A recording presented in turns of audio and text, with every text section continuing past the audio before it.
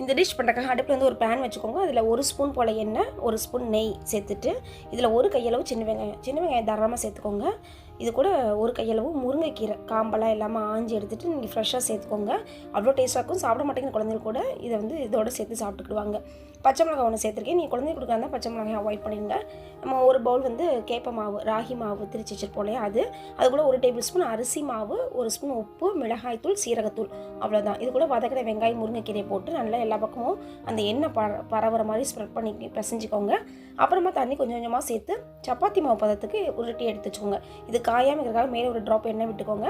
குட்டி குட்டி உருண்டைகளாக எடுத்து வாழை இலை அப்படி இல்லைன்னா இந்த மாதிரி ஒரு பிளாஸ்டிக் கவரில் கொஞ்சமாக எண்ணெய் அப்ளை பண்ணிவிட்டு தட்டி எடுத்து தோசைக்கல்லில் 2 பக்கம் போட்டு குழந்தை கொடுக்காத நெய் ஊற்றி கூட நீங்கள் சுட்டு கொடுங்க. அவ்வளோ டேஸ்ட்டாக இருக்கும். ஈவினிங் வந்து ஃபில்லிங்காக இருக்கும். ஆரோக்கியமானதும் கூட இந்த கேப்ப ரொட்டி. இந்த வீடியோ பிடிச்சிருந்தா ஹோம் கிச்சன் சேனலை சப்ஸ்கிரைப் பண்ணுங்கள், லைக் பண்ணுங்கள், ஷேர் பண்ணுங்கள். எங்கள் வீட்டு கைப்பக்குவம் உங்கள் வீட்டிலும் கவனமுக்கட்டும். வாழ்க வளமுடன்.